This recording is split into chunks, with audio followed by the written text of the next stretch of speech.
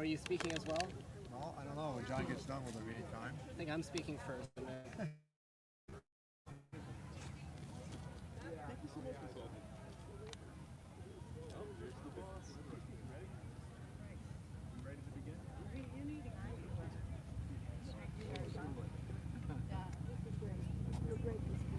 Oh, thank you. Oh, good. Are we the only ones here? I wouldn't be surprised if somebody else didn't walk in. But Is everybody else? This is the list. Everybody here that has, so what we're going to do is have everybody introduce the next person. So, okay. Moore and Sewell are, great to see you. But they should be, what time is it? It should be, so, want to give another minute or so? What? No. Talking, yeah, Siri. Usually I'm talking to myself. Are you kidding me? I have a book coming out this past the road to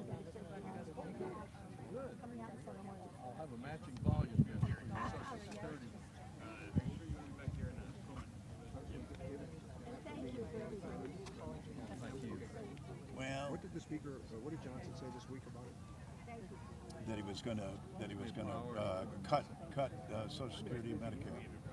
He didn't use the word cut. Cut. He said we're gonna make adjustments. Terri, We call it cuts. and Gwen aren't here, then I'm going. Sure. I think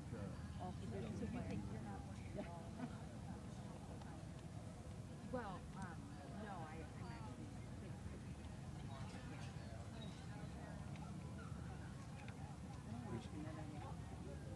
Everybody, the only ones that aren't here are Moore and Sewell. We'll work them in. All right. Well, thank you, and good afternoon. I'm John Larson, the ranking member on the Ways and Means Social Security Subcommittee. We're here this afternoon in response to the trustees' report. The trustees of Social Security came out this week in something that we on the Ways and Means Committee have been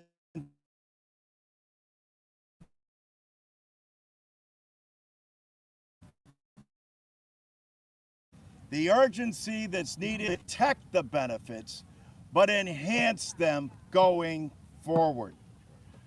Speaker Johnson on Monday confirmed that their plan is to make adjustments and cuts, as they alluded to today, the Social Security Subcommittee meeting that we had as well.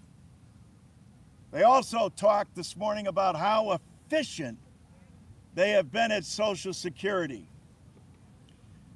My response is, you think we should be doing cartwheels because 5 million of our fellow Americans get below poverty level checks? So you're getting them more efficient poverty level checks? So what are they going without more effectively and efficiently? The time to act is now. We have a bill. We have a committee that's prepared on the Democratic side to not just protect Social Security, but to enhance Social Security for every American. We know what's going on here. They're out to privatize Social Security. Why did Elon Musk and Doge go to Social Security? Because of efficiency or because of the $2.7 trillion that's there in trust? The people's trust. That's what they're after. That's what they're trying to privatize. And we stand in their way. But we not only stand in their way, and we're not just here to protect, we're here to enhance what rightfully belongs to the American people.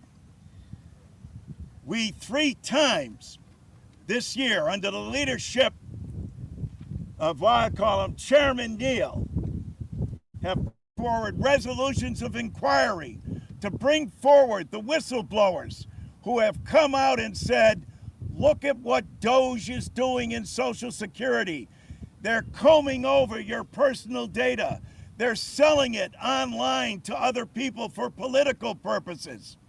And they've not yet come before the Ways and Means Committee to testify. And now, in the face of continued insistence on behalf of every Democrat on the Ways and Means Committee, they got rid of the rule of a resolution of inquiry, which is a tool of the minority to bring these people before this. We will never stop fighting on behalf of the nation's #1 anti-poverty program for the elderly and the #1 anti-poverty program for children. Why? Because it's essential. And because it's essential to economic recovery during these very difficult times. You cannot find a better program that helps out all 435 districts by sending on average $280 million monthly to those districts. And where do they spend that money? Right back in their local community. The Democrats on the Ways and Means Committee understand that. And we've been led by Rich Neal, who continues to make this a priority, who continues to know and understand better than most because he grew up on Social Security, because he knows what it means to lose both your parents, be raised by a grandmother, to lose a grandmother, and then have your whole family raised on Social Security. No one knows the impact of this as Democrats do, and in fact, as all Americans do. That's the importance and significance of this program and why we're so honored to be joined here today by colleagues on the Ways and Means Committee, and Val as well, who's here to talk about this, and also our advocates from all across the country who represent us nationally. And with that, our leader, Rich Neal. Thanks, John. So thanks to John Larson for his steadfast determination to enhance Social Security benefits. I'd be happy to have this debate with Speaker Johnson. He can choose the site, choose the time. If he's talking about making adjustments to Social Security, we should be talking about making the adjustments north for Social Security and enhancing benefits. That's the most important consideration. There's nothing like being lectured here in this town right now by the billionaire class who wrote a tax bill that overwhelmingly benefited them about the realities of Social Security. Well, the realities of Social Security are the following. It's one of the most, if not the most efficient initiatives that ever came from legislative intent. Secondly, a number that you can put your head on the pillow tonight and think of, the average Social Security benefit is $24,000 a year, meaning that half the people who receive Social Security receive less than $24,000 a year. When individuals come before the committee and they talk about Social Security as though it is some esoteric benefit, they completely misunderstand the reality of what it means to people on the ground. That electronic deposit or that check makes the difference for tens of millions of Americans every month. And it's not just what we await in January with the CPI report, the Consumer Price Index, and the enhancement of the Social Security benefit. It's also the following understanding, that we haven't raised Social Security benefits in almost 5 decades. There are many components to Social Security, including survivor benefits, which John highlighted, but the following is the reality. Nobody gets rich on Social Security. Nobody gets rich on Social Security. John and I have had a chance to sit with a couple of the witnesses that Doge, when they began to give out very sensitive data and information. All the years that I've been watching PBS or watching newscasts, the idea that the whistleblower had his lawyer sit with him on the show, that tells you, I think, about how profound this case is going to be. And I will also say this, there's an acknowledgement at the top of the Social Security Agency. This can, subsequent cases about what was done, they are going to draw an enormous amount of American attention. So again, what we want to make sure of here is not only does Social Security become renewed as always, but the benefits should be enhanced. It's the appropriate time. In 2005, we had this debate with a former Republican president. At that time, that president said that he wanted private accounts. How did that go down with the American people? So their plan is, once again, to toy with the idea, call it something different, but to privately try to finance Social Security. That's a non-starter with us. Every Democrat is going to stand, I think, united. And you know what? As we go into the fall, let's have this debate, let's have this conversation about the reality of what Social Security means. Another great champion of Social Security, our colleague Lloyd Doggett. Thank you very much, Rich, and John, thank you for organizing this. There is a real Texas angle to this, not just this wonderful hot, humid weather that we're having this afternoon, but President Lyndon Johnson was the one who brought us Medicare, which is at stake here. And President George W. Bush, as you mentioned, decided that he was going to allocate all of his political capital to privatizing Social Security, and we did see how that came out. Of course, President Trump has told us that he doesn't plan to touch Medicare and Social Security, and yet this very week, Speaker Johnson said that he wanted to fix, to use his word, and adjust both of them. That is just another way of saying that he wants to cut benefits, because that's what they're always talking about, a way of resolving the solve of both Medicare and Social Security. It's the Social Security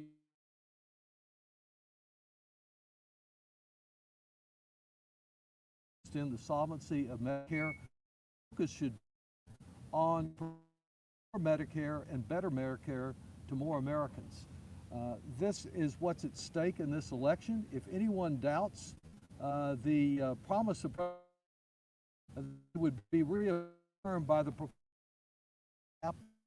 last year and ridiculed Social Security, talking about getting Social Security checks that were 350 years old, all false, all phony, at the same time that tremendous cuts were made to the Social Security workforce, making it difficult to continue to deliver month after month the performance and the efficiency of which Social Security is known.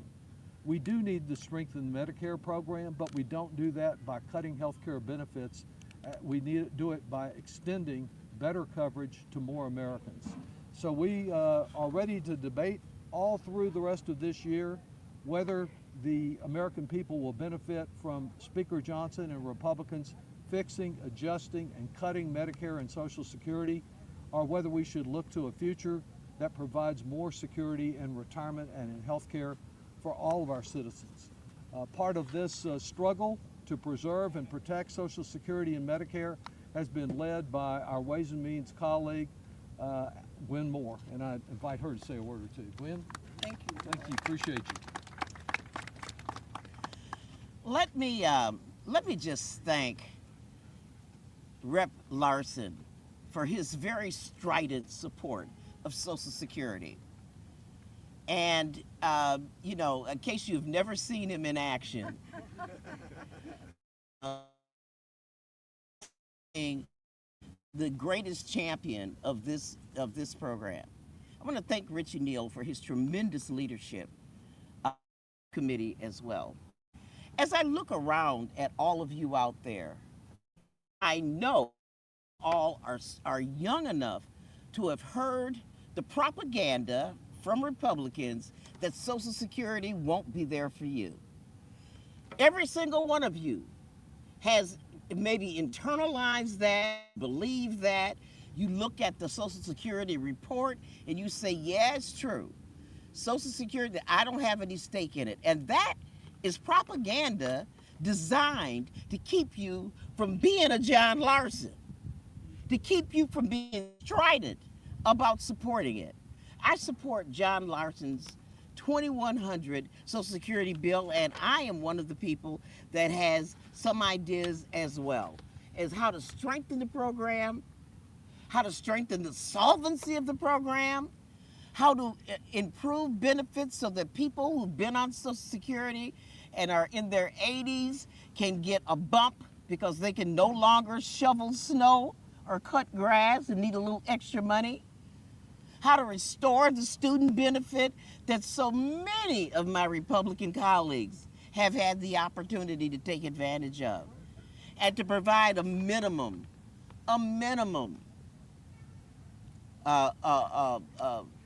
funding to people when they give birth.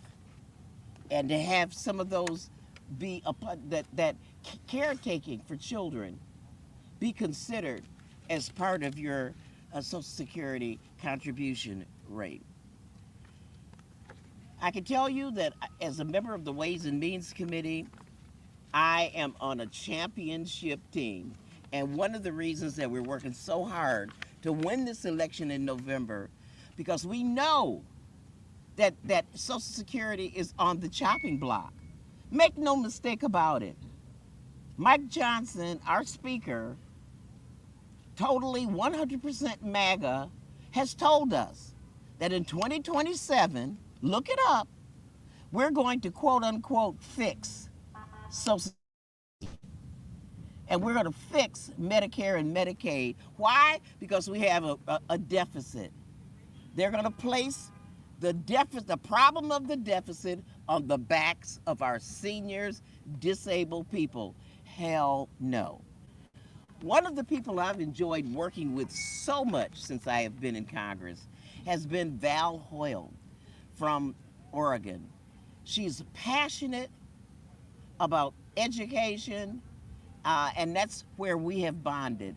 And education is really important so that all of you all, young people, can know that Social Security, it is not inevitable that the Social Security program go away. And we need you to become champions. Val?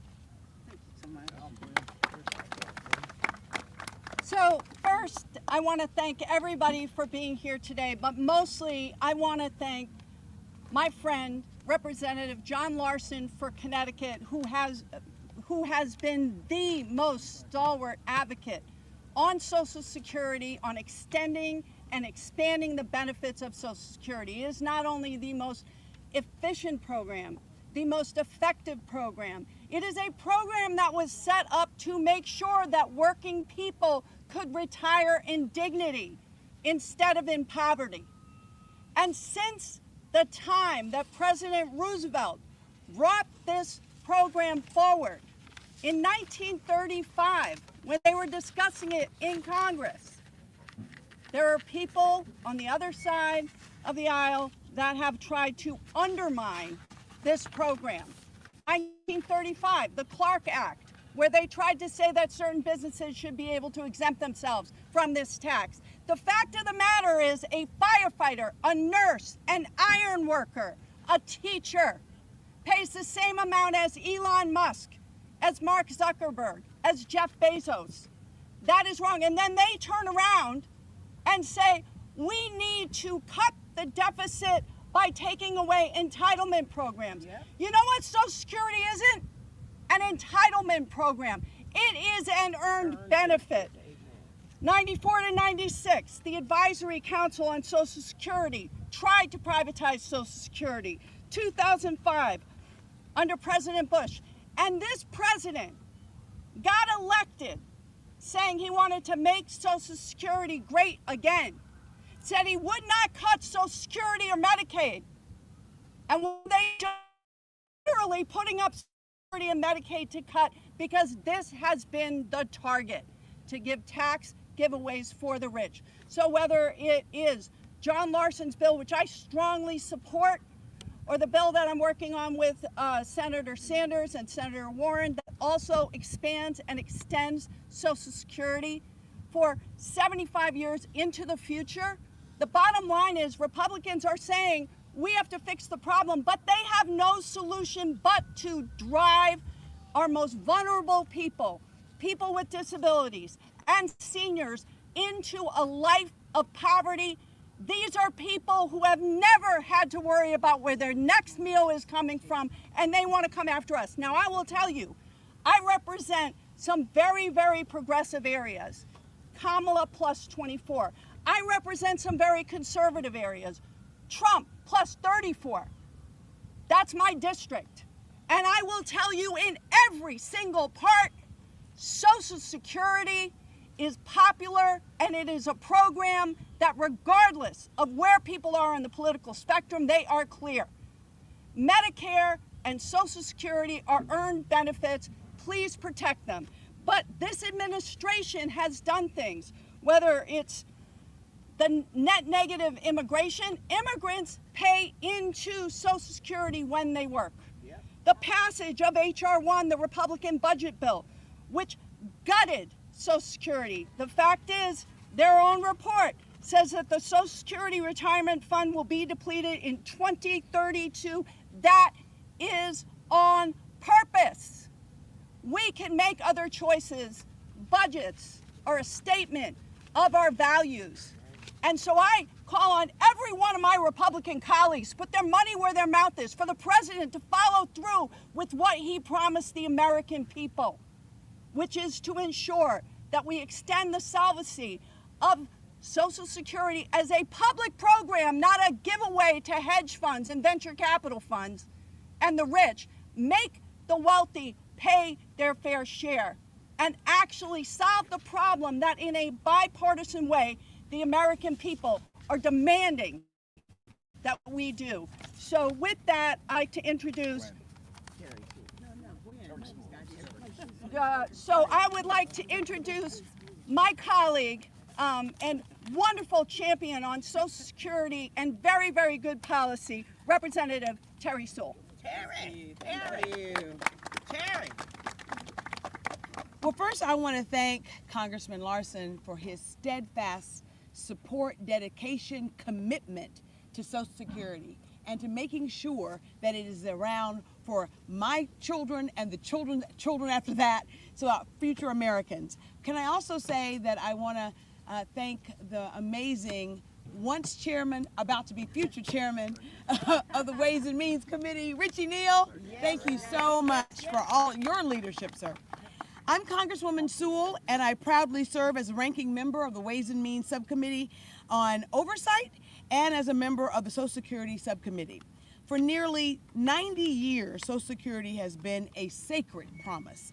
Americans work hard, pay into the system, and earn the right to retire with dignity.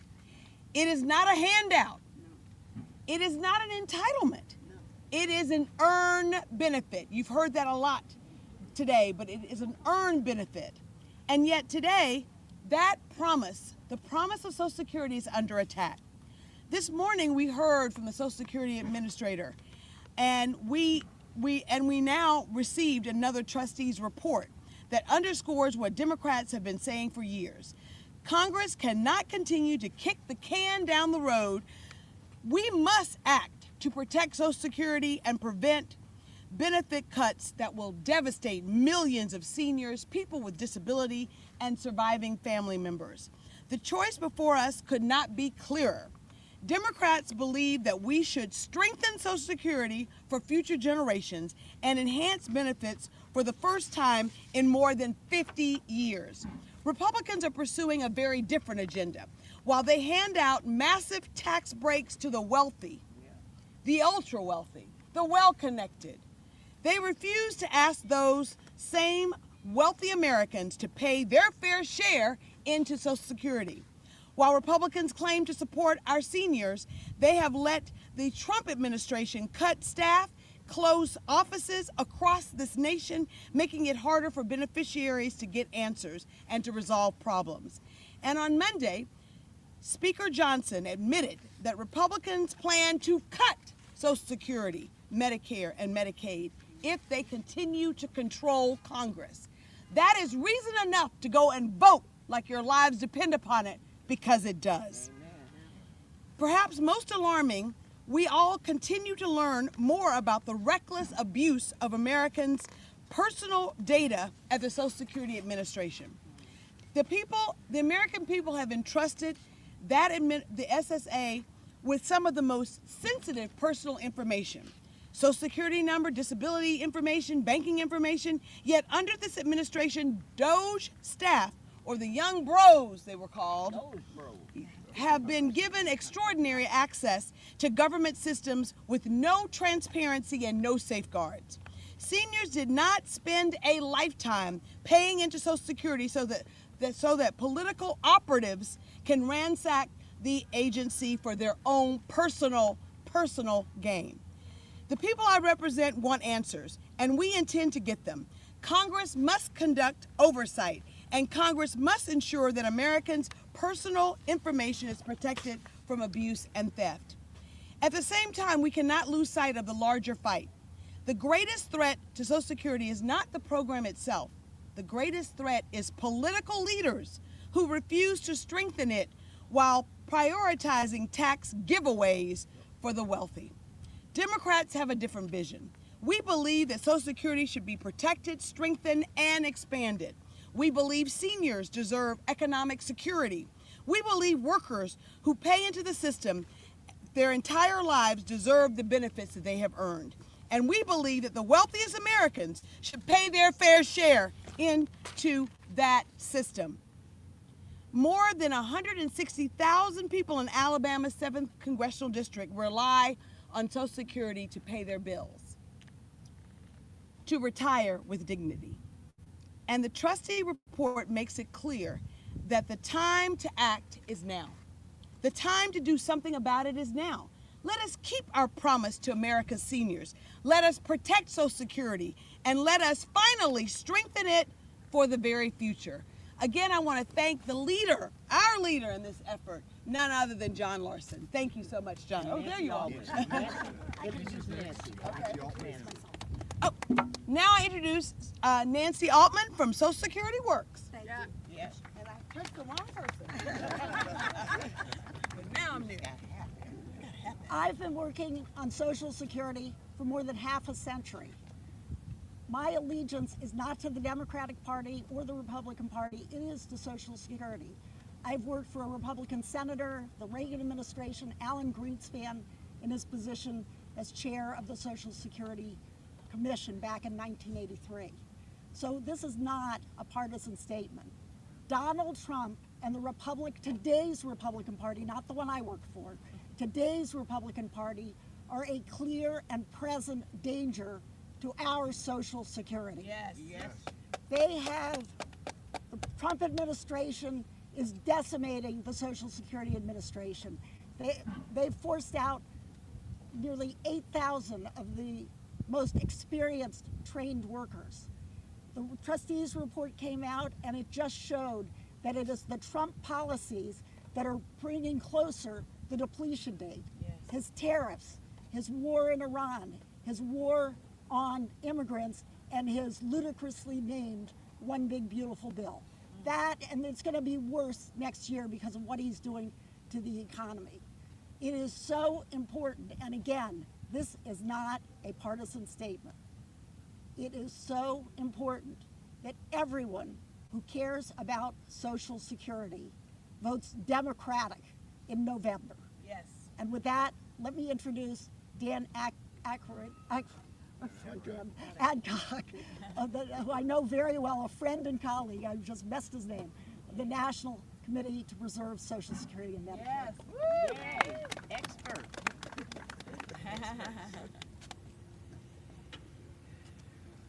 Well, thanks, Nancy. In a hearing just held this morning, we heard that things are going just splendidly at the Social Security Administration. That's probably, yeah, I think that's what you heard. But instead, the reality is that SSA faces severe customer service failures due to deep staffing, long phone and appointment waits, ghost field offices, untrained staff,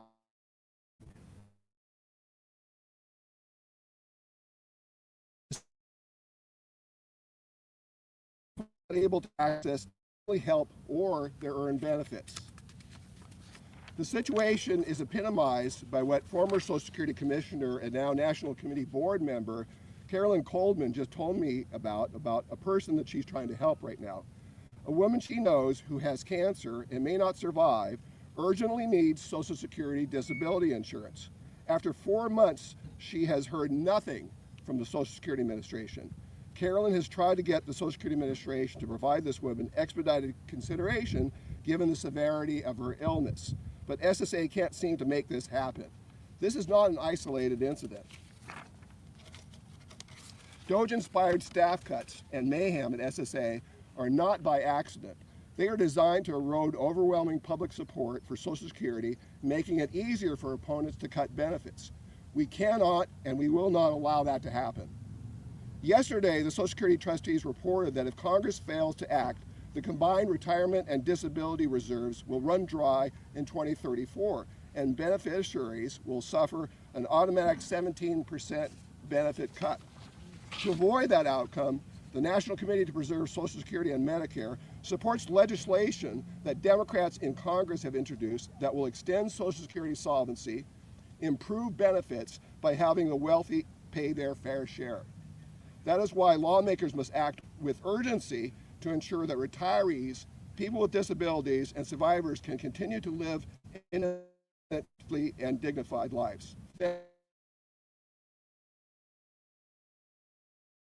For retired Americans. David? Thank you, Congressman. Thank you. Good afternoon. I'm David Simon. I'm with an organization called the Alliance for Retired Americans. And I want to start out, of course, on behalf of the Alliance by thanking Congressman Larson for his unwavering and amazing commitment to the program, something that millions and millions of Americans depend on. Our Alliance, 4.5 million members that we have across the country, know that they're more dedicated to protecting and strengthening Social Security. We're standing up for the hardworking employees than Congressman Larson. Yesterday's Social Security trustees report should serve as a wake-up call for every member of Congress. Social Security is not a handout, nor is it a giveaway. Americans earn their benefits with every paycheck.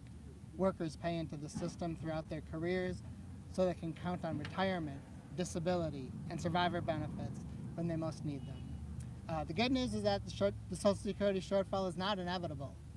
There's still time to act, but certainly not very much. The trustees' report warns that if Congress fails to strengthen the program's finances, beneficiaries could face an automatic 22% benefit cut beginning just 6 years from today. What would that mean for the average American? It would mean $500 on average less per month for every Social Security beneficiary. That is money American seniors use to cover basic necessities. And a 22% benefit cut would also drain billions of dollars from local economies across the country. Social Security recipients would then spend less at neighborhood grocery stores, pharmacies, gas stations. Every community across the country would feel this impact. And in fact, the Social Security program supports an estimated $2.5 trillion in economic activity nationwide, which helps sustain roughly 12 million jobs. Congressman Larson's 2100 legislation, along with a number of other proposals here from his colleagues in Congress, would strengthen Social Security, strengthen its finances, the solvency, and protect benefits. And the fairest and simplest solution is one that nearly all Americans already support. Today, as you know, the wealthiest Americans benefit from a loophole that allows them to stop paying Social Security taxes after the first $184,500 that they earn, while the rest of us continue paying throughout the years. Certainly, I think everyone would agree millionaires and billionaires should pay into Social Security at the same rate as everyone else. Congress needs to close this loophole immediately. The wrongful approach, as we see on the other side of the aisle, is to hand out more tax breaks to the wealthiest while undermining Social Security's finances and opening the door to benefit cuts, raising the retirement age, or, as we saw in today's hearing, potentially privatization. Alliance members know which choice they expect Congress to make, and our members will be watching. And thank you again, Congressman Larson. And next I have Jessica, follow me from AFG. All right. First of all, I want to thank Congressman Larson for having me here today and his unwavering leadership to the Social Security program, the American people, and the workers who serve you all.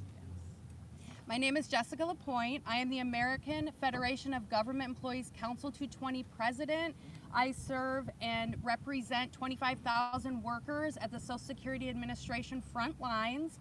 I'm a 17-year claim specialist in Madison, Wisconsin. I represent the men and women who answer the calls, process your claims, and sit across from you at the front window every single day when you need us the most. Today is Social Security Worker Visibility Day. There are actions going along all over the country to talk about the crisis that is happening right now here today at the Social Security Administration, to bring awareness to it, to bring solutions, to tell their stories, and you can find out more at afgec220.org. So we're here today to meet a moment, and I congratulate you all for joining me and the workers at Social Security to meet that moment. But first, we got to talk about the trustees report, which is a 5-alarm warning. The trustee funds that pays benefits to more than 71 million Americans will be insolvent in 6 years unless Congress acts. For 60% of Americans who rely on Social Security as their primary source of retirement and disability income, that is not an inconvenience. It is the difference between paying rent and feeding their families or not. So Congressman Larson has been sounding this alarm, and my esteemed members of Congress have been sounding this alarm, introducing legislation to solve it for years. His bills would protect and enhance benefits for the first time in more than 50 years. But the unique thing about it is that he also wants to protect effective staffing levels and your private data. He has a real plan. Congress just has to act on it. But here's the thing, this is why I'm here. You cannot save Social Security without protecting the people who deliver it and their union's ability to advocate for safe and effective working conditions. Right now, Social Security workers are in crisis. The agency is at a 59-year staffing low, and we lost nearly 10,000 workers last year alone through the DOGE initiatives that drove workers out and the subsequent attrition crisis due to bad policies that are driving workers out the door. Field offices has lost employees at triple the rate in last year alone as they did in the 5 years before. Beneficiaries have grown by 7 million people during that same period, while staffing has been cut to the bone. And now the agency is reassigning workers in field operations, claims specialists, customer service reps who answer your issues at the front window, to answer the phones on the 1-800 number. They're just shuffling deck chairs around on the Titanic in a sinking ship. They're replacing workers with AI at a rapid rate. We're talking about chatbots. We're talking about straight through processing, which means that a machine handles your claim from start to finish without human oversight. We serve the most vulnerable members of our population, age 65 and older. We serve people on disability benefits. We serve survivors and children, people going through major life-changing traumatic events. Did they get a say in how their benefits are being processed, how their service is being rendered with AI chatbots? Who wants that? Did anybody ask them? Well, Congressman Larson's asking them, and my members of Congress, if you're at the hearing today, they brought their constituents into the room and they told their stories about the long service delays, about the months and months it takes to get an appointment, about the delays in getting those needed and earned benefits into their bank account. That's what happens when you understaff a vital agency, okay? That is what happens when you do not staff an agency to process claims timely, benefits timely. It creates overpayments, improper payments. It's a mess. So we're here to talk about that. The Partnership for Public Service ranked SSA dead last in federal employee morale the last 3 years running. When the administration canceled this year's official survey, the partnership conducted its own. SSA scored 15 out of 100 points in employee morale. the worst in government. This is your program. Is this any way to treat Social Security workers? This program you have bought and paid for your entire working lives. And I want to tell you something that happened yesterday. Council 220 received a formal notice from management that effective today, the agency is unilaterally declaring portions of our collective bargaining agreement unenforceable and ordering 27 of our top union officials back to agency work, stripping them of their ability to resolve disputes, solve problems, protect workers, and report back to you. They're calling it management rights. We're calling it union busting. Yeah. So here's where we stand. As of today, meeting this moment, the SSA workforce is collapsing, morale is at an all-time low, and management is silencing the union. And we're looking at 2032 and the solvency issue with eyes wide open. Congressman Larson has legislation about honoring a promise, saying to every person who paid into this system their entire working life, we see you, your contribution matters, and we will not let this fail on our watch. So let's fully fund the Social Security Administration's operating budget. Let's dedicate 20,000 employees to hiring, to staff up the front lines of the Social Security Administration so that we can deliver a thriving Social Security when we fix the solvency crisis that's looming and raise benefits while we're at it. So anyway, the American people are counting on us to get this right, so let's get it done. Thank you so much. Yay. All right, so I would like to introduce Yanira Cruz, the National Hispanic Council on Aging. Thank you, Jessica, and thank you for the way you pronounce my name. Good job. And first, I'd like to thank Congressman Larson for your leadership in protecting Social Security and ensuring that such an important program for our seniors and persons with disabilities gets protected. Thank you so much. So I am the president and CEO for the National Hispanic Council on Aging, an organization with over 50 years of experience serving older adults throughout the nation. And as such, it is a pleasure and honor to speak today about something so important to the livelihood of older adults this country and for persons with disabilities.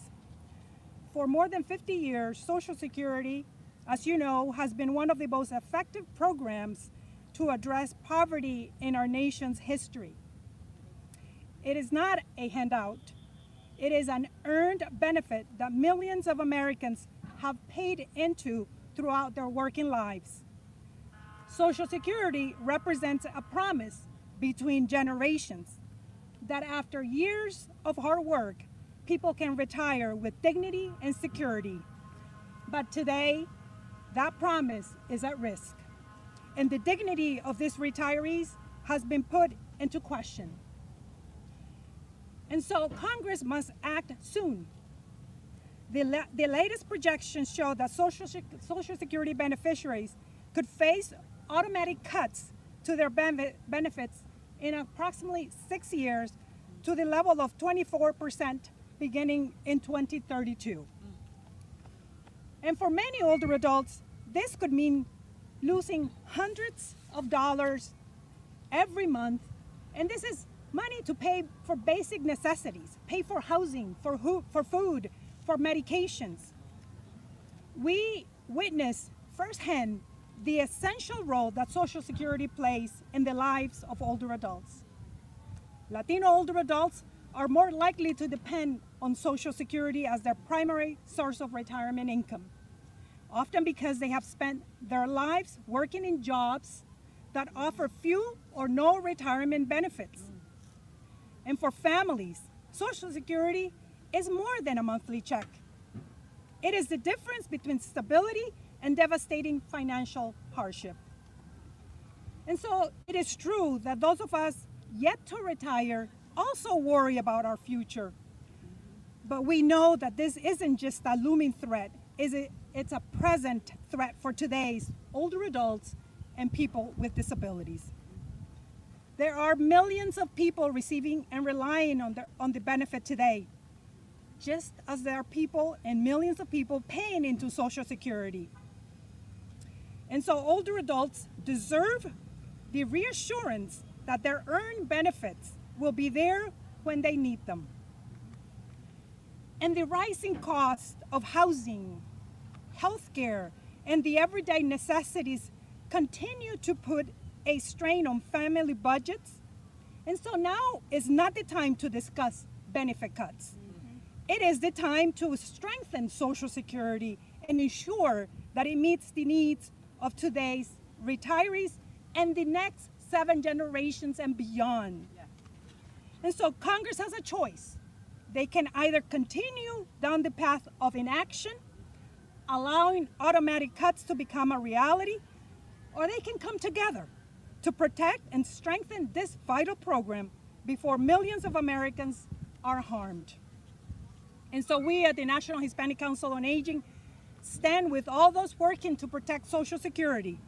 We urge lawmakers to prioritize older Americans, to safeguard the benefits that workers have earned, and pursue solutions that strengthen retirement security for current and future generations. Thank you so much. Thank you. All right. Monique and Monique Morrison, Economic Policy Institute, please. Thank you. And cleanup. Hopefully before it starts to rain.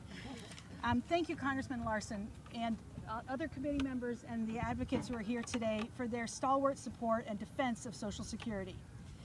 In the 20+ years I've worked on Social Security, many things have changed.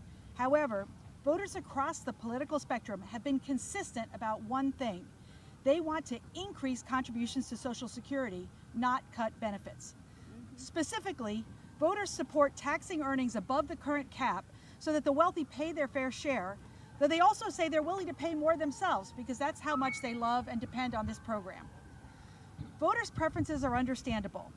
After Social Security benefits were cut in 1983, risky 401k plans began replacing traditional pensions in the private sector, making secure lifetime benefits more important than ever. In hindsight, the 1983 cuts were poorly timed, and we certainly don't need more cuts. Congressman Larson has listened to voters and proposed solutions that strengthen Social Security by extending solvency without benefit cuts, including taxing high earners who currently contribute nothing on earnings above $184,500. Thanks to Congressman Larson's leadership, his proposals have garnered broad support among members of his caucus. Unfortunately, his colleagues on the other side of the aisle are not yet on board. The last Republican plan, which was also adopted by the Republican Study Committee, proposed benefit cuts that were even deeper than necessary to restore solvency, while suggesting that overly generous benefits and increased life expectancy were to blame for the projected shortfall. In fact, the main drivers of Social Security's worsening outlook have been a declining birth rate and slow wage growth, except at the top of the wage distribution. This is why taxing high earners makes sense and deporting law-abiding immigrant workers does not, especially since immigrant workers also increase employment among native-born American workers. What's more, our research has shown that most high earners are better off contributing more to the system than seeing automatic benefit cuts. The exceptions, of course, are multimillionaires and billionaires, which might explain why Republicans are trying to lure Democrats into backdoor deals that would include unpopular benefit cuts instead of pursuing the obvious and popular solution, which is contributing more into Social Security. Thank you. Well, listen, I want to thank my colleagues for joining me and all the advocacy groups for participating today. I think, as Nancy Altman said, I think the important thing to understand is this is not a Democrat or Republican issue. This is about our fellow Americans.